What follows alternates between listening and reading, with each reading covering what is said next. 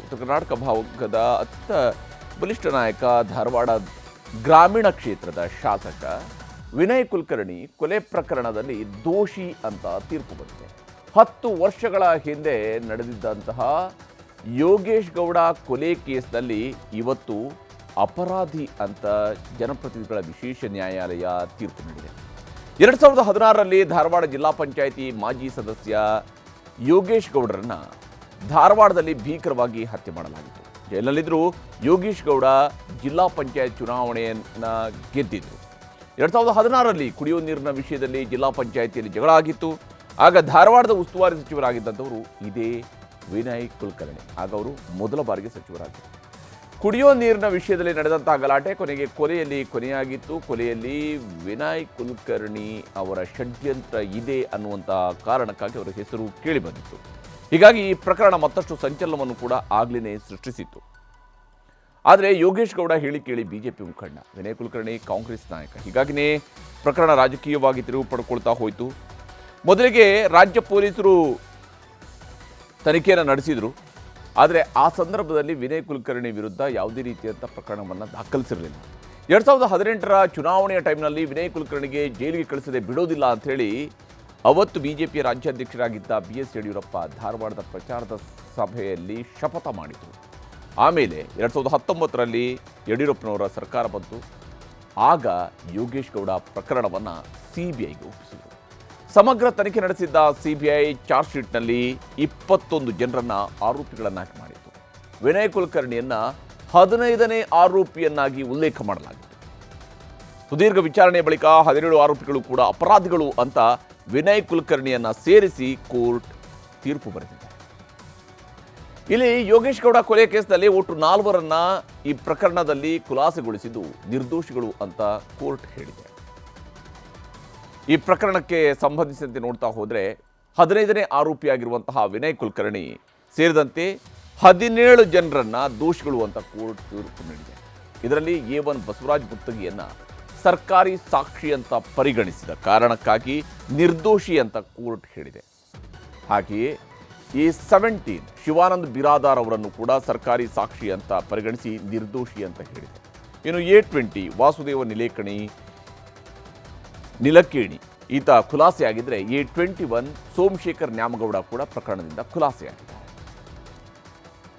ನಾಳೆ ಇವತ್ತು ತೀರ್ಪು ಪ್ರಕಟಿಸಿರುವಂತಹ ಕೋರ್ಟ್ ನಾಳೆ ಶಿಕ್ಷೆಯ ಪ್ರಮಾಣವನ್ನು ಪ್ರಕಟಿಸಲಿದ್ದು ಯಾವ ಸೆಕ್ಷನ್ಗಳ ಅಡಿಯಲ್ಲಿ ಏನು ಶಿಕ್ಷೆ ಅನ್ನುವಂಥದ್ದು ಕುತೂಹಲವನ್ನು ಕೆರಳಿಸಿದೆ. ಯಾಕಂದರೆ ಇವತ್ತು ತೀರ್ಪು ನೀಡಿರುವಂತಹ ಸೆಕ್ಷನ್ಗಳು CRPC ಸೆಕ್ಷನ್ 302, IPC ಸೆಕ್ಷನ್ 302 ಕೊಲೆ, ಹಾಗೆಯೇ 120B ಕ್ರಿಮಿನಲ್ ಪಿತೂರಿ, ಇನ್ನು 201 ಸಾಕ್ಷ್ಯನಾಶ, ಹಾಗೆಯೇ 148 ಮಾರಕಾಸ್ತ್ರ ಬಳಸಿ ಗಲಭೆ, 149 ಸಾಮಾನ್ಯ ಉದ್ದೇಶ, ಕನಿಷ್ಠ 3 ವರ್ಷದ ಶಿಕ್ಷೆಯಿಂದ ಹಿಡಿದು ಗರಿಷ್ಠ ಜೀವಾವಧಿ ಶಿಕ್ಷೆ. ಇದರಲ್ಲಿ ವಿನಯ್ ಕುಲಕರ್ಣಿಗೆ ಎಷ್ಟು ವರ್ಷ ಶಿಕ್ಷೆ ಆಗುತ್ತೆ ಅನ್ನೋಂಥದ್ದು ನಾಳೆ ಗೊತ್ತಾಗುತ್ತೆ. ತೀರ್ಪು ಬರ್ತಾ ಇದ್ದಂತೆಯೇ ಇಲ್ಲಿ ನಿರ್ದೋಷಿಗಳು ಮಾತನಾಡಿದ್ದಾರೆ. ಯಾರು ಶಕ್ತಿಯಿಂದ, ಹಣಬಲದಿಂದ, ರಾಜಕೀಯ ಶಕ್ತಿಯಿಂದ ನಾವು ಏನಾದರೂ ಮಾಡಿದರೂ ಸಹ ಅದನ್ನು ನಾವು ಮುಚ್ಚಿ ಹಾಕಬಹುದು, ಪೊಲೀಸರನ್ನು ಉಪಯೋಗಿಸ್ಕೊಂಡು ಎಲ್ಲವನ್ನು ಮುಚ್ಚಿ ಹಾಕಬಹುದು ಅಂತ ಯಾರು ಇವತ್ತು ಒಂದು ಸೆಟಪ್ಪನ್ನು ಮಾಡೋಕ್ಕೆ ಹೋಗಿದ್ರು ಅವರೆಲ್ಲರಿಗೂ ಹಿನ್ನಡೆ ಆಗಿದೆ. ಕಾನೂನಿಗಿಂತ ದೊಡ್ಡವರು ಯಾರೂ ಇಲ್ಲ. ಯಾವ ಪೊಲೀಸ್ ಅಧಿಕಾರಿಗಳು ರಾಜಕಾರಣಿಗಳ ಮಾತನ್ನು ಕೇಳಿದ್ದು ತಪ್ಪು ಮಾಡಿದರೆ ಏನಾಗುತ್ತೆ ಅನ್ನೋದಕ್ಕೂ ಕೂಡ ಇವತ್ತು 1ರಿಂದ ಆರೋಪಿ ನಂಬರ್ 2ರಿಂದ 19ರವರೆಗೂ ಎಲ್ಲರಿಗೂ ಕೂಡ ಶಿಕ್ಷೆ ಆಗಿದೆ. ಜಸ್ಟಿಸ್ ಎಲ್ಲರಿಗೂ ಒಂದು ಅಂತ ಈಗಾಗಲೇ ಹೇಳಿದ್ನಲ್ಲ ನಿಮಗೆ. ನ್ಯಾಯ ಎಲ್ಲರಿಗೂ ಒಂದು, ಅಧಿಕಾರ ಇದ್ದವ್ರಿಗೊಂದು, ಅಧಿಕಾರ ಇಲ್ಲದವ್ರಿಗೆ ಒಂದಲ್ಲ, ಎಲ್ಲರಿಗೂ ಒಂದು ಅನ್ನೋದು ಇವತ್ತು ಮತ್ತು ನ್ಯಾಯಾಂಗ ವ್ಯವಸ್ಥೆ ಅದನ್ನು ಪ್ರೂವ್ ಮಾಡೈತಿ. ಈ ನ್ಯಾಯಾಂಗದ ಮೇಲೆ ಇದ್ದಂಥ ನಂಬಿಕೆ, ವಿಶ್ವಾಸ ಜನರಿಗೆ ಇವತ್ತಿಂದ ಇನ್ನೂ ಹೆಚ್ಚಾಗೈತೆ ಅಂತ ಹೇಳಕ್ಕೆ ಇಷ್ಟ. ಮತ್ತು ಈ ಕೇಸ್ ಒಳಗೆ ಸಾಕಷ್ಟು ಸಾಕ್ಷಿಗಳು ಹೇಳ್ಯಾವು. ಸಾಕ್ಷಿಗೆ ಪುರಾವೆಗಳನ್ನು ನೋಡಿಕೊಂಡು ಸರ್ಕಮ್ಸ್ಟೆನ್ಷಿಯಲ್ ಎವಿಡೆನ್ಸು, ಟೆಕ್ನಿಕಲ್ಲು ಎಲ್ಲ ಸಾಕ್ಷಿಗಳನ್ನು ಪರಿಗಣನೆ ಮಾಡಿನ ಜಡ್ಜ್ ಅವರು ಈ ನಿರ್ಧಾರ ತೊಗೊಂಡಿರ್ತಾರೆ. ಇನ್ನು ವಿನಯ್ ಕುಲಕರ್ಣಿ ದೋಷಿ ಅಂತ ತೀರ್ಪು ಬಂದಿದ್ರು. ಅವರ ಮುಂದೆ ಕಾನೂನಿನ ಹೋರಾಟಕ್ಕೆ ಅವಕಾಶಗಳಿದ್ದೇ ಇದ್ದಾವೆ. ನಾಳೆ ಯಾವ್ಯಾವ ಅಪರಾಧಿಗಳಿಗೆ ಯಾವ ಪ್ರಮಾಣದಲ್ಲಿ ಶಿಕ್ಷೆ ಪ್ರಕಟ ಆಗುತ್ತೆ ಅನ್ನುವಂಥದ್ದು ಗೊತ್ತಾದ ಮೇಲೆ ಅವರು ಹೈಕೋರ್ಟ್ನಲ್ಲಿ ಅರ್ಜಿಯನ್ನು ಹಾಕಿಕೊಳ್ಳೋದಕ್ಕೆ ಅವಕಾಶ ಇದ್ದೇ ಇದೆ. ಅಲ್ಲಿ ಹೈಕೋರ್ಟ್ನಲ್ಲಿ ಅವರು ಬೇರೆ ಬೇರೆ ಸ್ವರೂಪಗಳಲ್ಲಿ ಮೇಲ್ಮನವಿಯನ್ನು ಸಲ್ಲಿಸ್ಬೋದು. ಹಾಗೆಯೇ ಸುಪ್ರೀಂ ಕೋರ್ಟ್ಗೂ ಕೂಡ ಹೋಗೋದಕ್ಕೆ ಅವಕಾಶ ಇದ್ದೇ ಇರುವಂಥದ್ದು.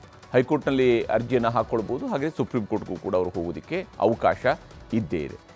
ಈ ಎಲ್ಲವೂ ಕೂಡ ಏಕಸದಸ್ಯ ಪೀಠ, ದ್ವಿಸದಸ್ಯ ಪೀಠ ಇವುಗಳು ಕೂಡ ಹೋಗ್ಬೋದು, ಸುಪ್ರೀಂ ಕೋರ್ಟ್ನಲ್ಲಿ ಅರ್ಜಿ ಹಾಕ್ಕೊಳ್ಬೋದು ಮತ್ತು ತೀರ್ಪು ಪ್ರಕಟವಾದ 1 ತಿಂಗಳ ಒಳಗೆ ಮೇಲ್ಮನವಿಯನ್ನು ಹಾಕೋದಕ್ಕೆ ಅವಕಾಶ ಇದೆ.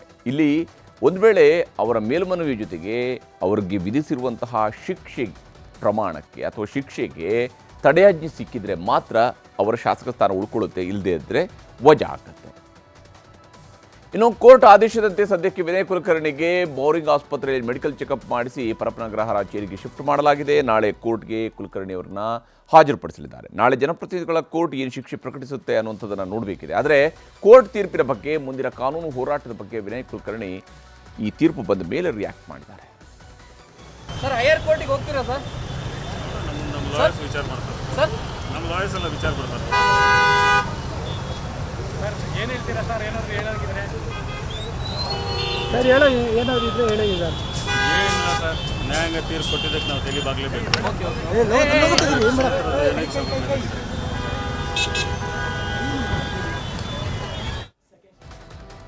ಇಲ್ಲಿ 2020ರಲ್ಲಿ ವಿನಯ್ ಕುಲಕರ್ಣಿ ಅವರನ್ನ ಮೊದಲಿಗೆ CBI ಬಂಧಿಸಿತ್ತು. 2021ರಲ್ಲಿ ಸುಪ್ರೀಂ ಕೋರ್ಟ್ನಲ್ಲಿ ಅವರಿಗೆ ಜಾಮೀನು ಸಿಗುತ್ತೆ. ಅದಾದ ನಂತರ 2022ರ ಜೂನ್ನಲ್ಲಿ ವಿನಯ್ ಕುಲಕರ್ಣಿ ಅವರ ಜಾಮೀನು ರದ್ದಾಗಿತ್ತು.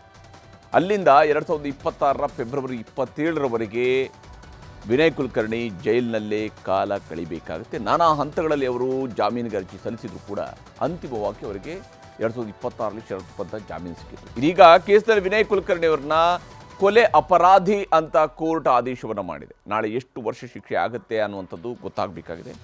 ಇದಿಷ್ಟು ಶಾಸಕ ವಿನಯ್ ಕುಲಕರ್ಣಿ ಕಥೆ. ಆದರೆ